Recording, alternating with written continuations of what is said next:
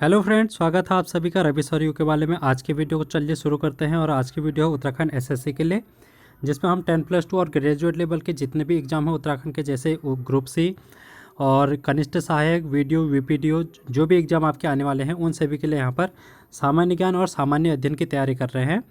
जिसमें आज हम भारतीय इतिहास के बारे में चर्चा करेंगे और इसमें भी हम करेंगे भारतीय का प्राचीन इतिहास। और इसमें हम देखेंगे पाषाण काल को। और ये आज हमारी जो क्लास होने वाली है वो सेकेंड क्लास होने वाली है। इससे पहले पहली क्लास मैंने यहाँ पर इंट्रोडक्शन की ले ली है, आप उसको देख सकते हैं, लिंक उसका डिस्क्रिप्शन में आपको मिल जाएगा। तो अगर आप इसके अलावा इसकी पीडीएफ चाहते हैं और पीडीएफ को आप कहाँ से डाउनलोड करेंगे, तो इसके लिए आपको मेरे Telegram channel Ravi sir U K वाले में जाके वहाँ पर फाइल में अगर आप जाएंगे तो आपको वहाँ पर सारी पीडीएफ आपकी मिल जाएंगी। इसके अलावा साथ में यहाँ पर और भी प्ले लिस्ट आपको मेरे चैनल पर मिल जाएंगी उत्तराखंड एसएससी के लिए, जिसमें मैंने एक पहली प्ले लिस्ट है प्रीवियस ईयर क्वेश्चन की, जहाँ पर आप 1000 प्लस प्रीवियस ईयर क्वेश्चन की सीरीज में चला रहा हूँ, वहाँ पर से आप उसको देखेंगे। और दूसरी क्लास है मेरी यहाँ पर प्ले लिस्ट है, जिसमें मैं उत्तराखंड के यहाँ पर जीके को डिस्कस कर रहा हूँ। उत्तराखंड का यहाँ पर भूगोल अभी हमारा टॉपिक चल रहा है, जिसमें हम उत्तराखंड की नदियों को कवर कर चुके हैं, हिमालय, दर्रे, ग्लेशियर, ये सभी जानकारी हमने ले ली है। अब आने वाली वीडियो में हम उत्तराखंड के प्रमुख झीलें और तालों को भी डिस्कस करेंगे, तो आप उसको देख सकते हैं, जिसका लिंक मैंने यहाँ पर डिस्क्रिप्शन में दिया है, और वहाँ उस प्लेलिस्ट में जाके आप उसको सभी को देखें। इसके अलावा अगर आप चैनल पर नए हैं तो चैनल को सब्सक्राइब जरूर कर लीजिएगा, बेल आइकन को प्रेस कर ले, जिससे कि आने वाली नोटिफिकेशन आपको सबसे पहले मिले। तो चलिए शुरू करते हैं। पाषाण काल को स्टोन एज किसको कहा जाता है, इसके बारे में हम यहाँ पर जानकारी प्राप्त करते हैं। तो जो स्टोन एज है, इसका जो पीरियड माना जाता है, टाइम पीरियड, ये है 5 लाख से 6000 ईसा पूर्व। और इस काल को प्राग ऐतिहासिक काल कहा जाता है। प्राग ऐतिहासिक काल क्यों कहा जाता है? क्योंकि इस समय जो भी लिखित साक्ष्य थे वो नहीं थे, यानी कि इस समय लिपि का ज्ञान नहीं था। और जो भी हमको साक्ष्य मिले हैं वो पुरातात्विक साक्ष्य, जैसे गुफा के चित्र मिल रखे हैं, औजार और पत्थर से बने हुए सभी चीज़ें हमको इस काल में मिले हैं। तो इसीलिए हमने इसको प्राग ऐतिहासिक काल के अंतर्गत रखा है। यहाँ पर डॉक्टर प्राइमरोज को प्राग ऐतिहासिक काल का जनक कहा जाता है। इनको क्यों कहा जाता है? क्योंकि इन्होंने एक यहाँ पर 1842 में एक खोज की थी, जिसमें इन्होंने कर्नाटक का रायचूर जिला था, और वहाँ पर इन्होंने पहली बार पाषाण उपकरण की खोज की थी, जिसमें आपको पत्थर का छुरा और तीर और उसके फलक आदि मिल जाएंगे। तो ये चीज़ें डॉक्टर प्राइमरोज ने 1842 एडी में खोज की थी इसकी, ठीक है। तो इसलिए इनको प्रागैतिहासिक काल का जनक कहा जाता है। उसके बाद यहाँ पर आप देखेंगे इस काल को भी, पाषाण काल को हमने 3 भागों में विभाजित कर दिया है। एक है पूरा पाषाण काल, मध्य पाषाण काल और नवपाषाण काल। इनका आप टाइम पीरियड देख लीजिए। 5 लाख से 10,000 ईसा पूर्व तो है आपका पूरा पाषाण काल।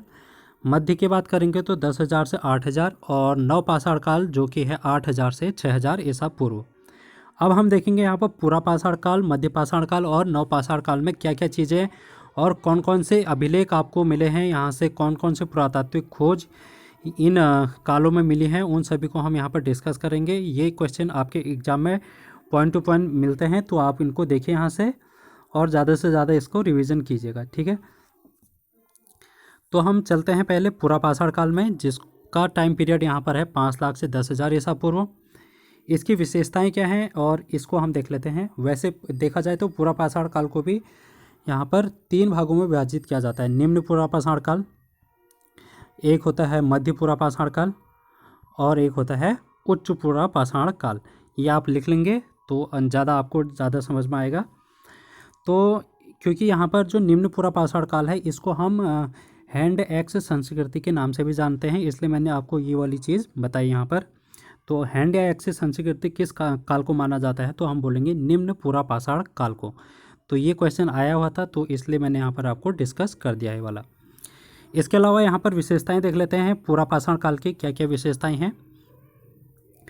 इस समय की जो मनुष्य था वो पशु के शिकार पर निर्भर था, यानी कि उनको कृषि का ज्ञान नहीं था, इसलिए वो जो भी शिकार करते थे वो पशु का करते थे। और पशु का शिकार किससे करते थे? क्योंकि हम पाषाण काल की बात कर रहे हैं, तो यहाँ पर जो भी उनके औजार थे, जो भी हथियार थे, वो पत्थर के बने होते थे। जो नदी, ये जो स्थल थे ये नदी घाटियों के किनारे पर थे, तो नदियों के पत्थर जो आप देख सकते हैं, अगर एक नदी इस तरीके से प्रवाहित हो रही है तो यहाँ पर ऊपर से एक पत्थर कोई आता है, तो सबसे लास्ट में जब वो पत्थर आ जाता है तो वो गोल आकार का इस टाइप से होता है, मुलायम पत्थर होता है। अब ये क्या करते थे, इस पत्थर को तोड़ देते थे, और जब ये पत्थर तोड़ देते थे तो इस टाइप के इसमें हथियार मिलते थे।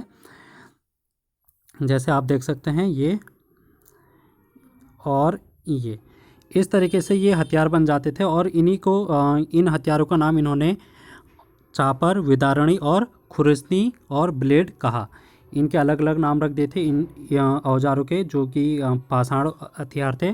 तो इस टाइप के ये हथियार इनके पास उपलब्ध थे। ठीक है, ये त्रिभुजाकार भी थे कुछ, और ये सभी हथियार पाषाण से बने हुए होते थे। अब यहाँ पर इसके जो साक्ष्य मिलते हैं वो है भीमबेटका की गुफा में, और यहाँ से हमको चित्रकारी और नक्काशी भी देखने को मिली है इस टाइम की। और ये जो भीमबेटका की जो गुफा है वो मध्य प्रदेश ज़िले में स्थित है, तो ये चीज़ आपको पता होनी चाहिए। इसके बाद हम चलते हैं यहाँ पर मध्य पाषाण काल, जिसका जो आप टाइम पीरियड यहाँ पर देख रहे हैं वो टाइम पीरियड है 1000 से 8000 BC। तो इस समय की क्या विशेषताएं हैं इसको हम देख लेते हैं। इस काल को संक्रमण काल भी कहा जाता है। क्यों कहा जाता है संक्रमण काल? क्योंकि इससे पहले पशुपालन की शुरुआत नहीं हुई थी, आग का प्रयोग नहीं किया गया था, और साथ ही यहाँ पर कृषि के कोई साक्ष्य नहीं थे। तो धीरे धीरे मनुष्य डेवलप होने लगा था, और उन्होंने यहाँ पर पशुपालन की शुरुआत भी कर दी थी, और आग का प्रयोग भी यहाँ पर करने लगे थे। तो आपसे क्वेश्चन पूछेगा कि पशुपालन की शुरुआत और आग का प्रयोग किस काल में हुई थी, तो आप बोलेंगे मध्य पाषाण काल में। ये एग्जाम में पूछा जाता है आग का प्रयोग और पशुपालन की शुरुआत, तो इसलिए मैंने आपको यहाँ पर डिस्कस कर रखा है। इसके अलावा यहाँ पर तीर कमान ये चलाना सीख गए थे, तो प्रक्षेपास्त्र तकनीक का विकास यहाँ पर हो चुका था। और जो इनके औजार थे वो भी थोड़े से अपग्रेड हो चुके थे, जैसे कि त्रिभुजाकार थे, समलंबाकार, और बहुत ही नुकीले हथियार थे ये। और साथ ही जो मनुष्य की हड्डियां या पशुओं की मारने के बाद उनको जो हड्डियां होती थी उनसे जो निर्मित उपकरण होते थे उनका भी ये यूज करने लगे थे, इसलिए हम इसको संक्रमण काल भी कहते हैं। साथ में यहाँ पर एक और साक्ष्य मिलता है जिसमें हम नरसंहार देख सकते हैं। यहाँ पर सामूहिक नरसंहार यहाँ पर देखने को मिलता है। घर के अंदर कब्र होती थी इसमें, जिसमें कि युगल जो होते थे पत्नी और पति दोनों के शव यहाँ पर देखने को मिले हैं, और हड्डियों के उपकरण भी देखने को मिले हैं। साथ में हड्डी जो थी उनके यहाँ पर आभूषण भी प्राप्त हुए हैं। और साथ ही में यहाँ पर आप देखेंगे गर्त चूल्हे, जो चूल्हे के साक्ष्य है, क्योंकि चूल्हे खाना पकाने के लिए यूज़ होते हैं, तो आग का प्रयोग हो चुका था, तो इसलिए गर्त चूल्हे भी यहाँ पर इनके साक्ष्य मिले हैं। अगर हम इसमें देखें तो प्रमुख स्थल कौन कौन से हैं ये देख लीजिए आप। आदमगढ़ राजस्थान का, सांभर और भीलवाड़ा, यहाँ से आपको पशुपालन की शुरुआत देखने को मिली थी, जो MP का आदमगढ़ ज़िला है, और राजस्थान का सांभर और भीलवाड़ा से यहाँ से आपको पशुपालन की शुरुआत के साक्ष्य मिले हैं। साथ में यहाँ पर UP का प्रतापगढ़ जिला और गुजरात का लंघनाज, यहाँ पर सामूहिक नरसंहार के उपकरण जानकारी हमको यहाँ पर मिलती है। ऐसा माना जाता है कि यहाँ पर कोई भी अगर रहे होंगे तो उनमें एक सामूहिक युद्ध हुआ होगा, जिस कारण उनका एक ही जगह पर नरकंकाल देखने को मिलते हैं। तो ये था यहाँ पर मध्य पाषाण काल। अब हम चलते हैं नवपाषाण काल, जिसको हम नियोलिथिक एज भी बोलते हैं, और इसका जो टाइम पीरियड है आप देख रहे हैं यहाँ पर 8000 से 6000 BC। तो 8000 से 6000 जो BC है उसको हम नवपाषाण काल बोलते हैं। इस काल को नवपाषाणिक क्रांति भी कहा जाता है, क्योंकि इसकी जो विशेषताएं हैं उसको देख लेते हैं। इसमें कौन कौन सी विशेषताएं हैं। सर्वप्रथम यहाँ पर कृषि की शुरुआत तो हो चुकी थी, लेकिन इसमें कौन कौन सी पहली खेतियाँ इन लोगों ने की थी, वो थी गेहूँ और जौ। ये एग्जाम में पूछता है कि पाषाण काल में कौन सी सबसे पहली कृषि की शुरुआत की गई थी, तो आप बोलेंगे गेहूं और जौ, 2 फसलों का यहाँ पर प्रयोग होने लगा था। और जो इनके आवास थे वो अब गाँव का विकास धीरे धीरे होने लगा था, और इनकी जो घर थे वो कच्ची ईंट के बने होते थे, मिट्टी से बने हुए कच्ची ईंट के। ठीक है, पशुपालन के भी साक्ष्य मिलते हैं, लेकिन जो पहला इन्होंने पालतू बनाया था उसका नाम है कुत्ता, और कुत्ता को इन्होंने सबसे पहले पालतू बनाया था। साथ ही ये भैंसों का पालन भी करते थे, और हड्डी के उपकरण की शुरुआत भी यहाँ पर हो चुकी थी। और एक मोस्ट इम्पोर्टेंट जो कि है पहिए का आविष्कार किस काल में हुआ था, तो आप बोलेंगे नवपाषाण काल में पहिए का आविष्कार हुआ था। तो दो चीज़ें यहाँ पर से ज़्यादा इम्पोर्टेंट है, वो है एक पहिए का आविष्कार, गेहूँ और जौ जो कि फसलें थी, प्रमुख फसलें इस काल में उत्पन्न की गई, और साथ में यहाँ पर कुत्ते को इन्होंने पालतू बनाया। तो ये सारी चीज़ें इसमें आपको देखने को मिली हैं। इसके यहाँ पर अगर स्थल की बात करेंगे तो स्थल यहाँ पर बुर्ज होम जो कि जम्मू कश्मीर में है। यहाँ पर क्या मिला है, मानव के साथ कुत्ते को दफनाने के साक्ष्य मिले। कहाँ पर? बुर्ज होम में। ये भी क्वेश्चन पूछा जाता है। और यूपी में 2 जिले हैं यहाँ पर, कोल्डी हवा और कोल्डी हवा में यहाँ पर धान के प्राचीनतम साक्ष्य मिले हैं, क्योंकि यहाँ हमने बात की कि गेहूँ ये उगाने लगे थे, गेहूँ और जौ, और यहाँ पर धान के प्राचीनतम साक्ष्य भी मिले हैं। और मृत भांड भी मिले हैं यहाँ से। और गौशाला में से जहाँ पर गायों को बांधते हैं, रखते हैं, उनको गौशाला कहा जाता है, वहाँ इसके साक्ष्य भी यहाँ पर यूपी से मिलते हैं। और साथ में बलूचिस्तान जो कि पाकिस्तान वाले एरिया में है, वहाँ का एक क्षेत्र है मेहरगढ़। तो इसको हमने सबसे प्राचीन गांव कहा, और यहाँ के जो घर थे वो कच्ची ईंट के बने रहते थे, और इसी को हमने प्राचीनतम बस्ती भी कहा है। तो अगर आपसे पूछा जाएगा कि पाषाण काल में सबसे प्राचीनतम बस्ती किसको कहा गया है, तो आप बोलेंगे उसका नाम मेहरगढ़ है। तो ये क्वेश्चन यहाँ से डायरेक्ट पूछे जाते हैं, तो उस चीज़ को मैंने यहाँ पर आपको बता दिया है।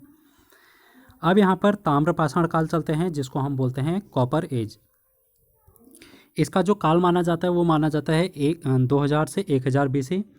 और ये जो सभ्यता थी ताम्र पाषाण काल की जो सभ्यता थी वो हड़प्पा के समकालीन थी। ठीक है, ये आपको ध्यान में रखना है, पहली चीज़। दूसरी चीज़ क्या ध्यान में रखना है, यहाँ से मनुष्य तांबे और पत्थरों का प्रयोग करने लगा था। ठीक है, तांबे का प्रयोग करने लगा था यहाँ पर मनुष्य, तो इसीलिए हमने इसको क्या कहा, कॉपर एज बोला। और ये एक ग्रामीण सभ्यता थी, और इसके जो घर बनने होते थे लकड़ी, घास फूस और खम्भों से निर्मित घर बनने लगे थे, यानी कि थोड़े विकसित रूप में अब घर बनने लगे थे इनके। ये लोग क्या करते थे, मातृदेवी और वृषभ की पूजा करते थे। ठीक है, और इसके जो साक्ष्य मिले हैं वो मालवा से मिले हैं। तो मातृदेवी की पूजा कब प्रारंभ होगी थी, तो उसका आप काल बताएंगे तो ताम्रपाषाण काल इसको आप बता सकते हैं।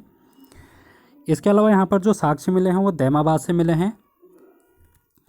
दैमाबाद से क्या मिल रखा है आपको, सिंधु घाटी सभ्यता और ताम्रपाषाण काल का मिला रूप इसको बोला जाता है। ठीक है, दोनों का कंबाइंड ये संस्कृति मानी जाती है दैमाबाद की। ठीक है, और यहाँ से हमको कांसे के रथ प्राप्त हुए हैं, और एक सबसे बड़ी ताम्रपाषाण कालीन बस्ती भी ये दैमाबाद को मानते हैं।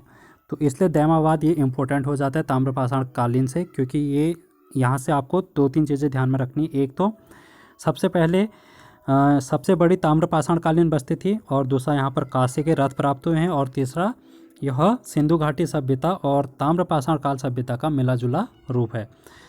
तो इसके अलावा यहाँ पर राजस्थान के गिलुंद से अग्निकुंड के साक्ष्य प्राप्त हुए हैं। ये भी आपको ताम्रपाषाण काल से संबंधित जानकारी को याद रखना है।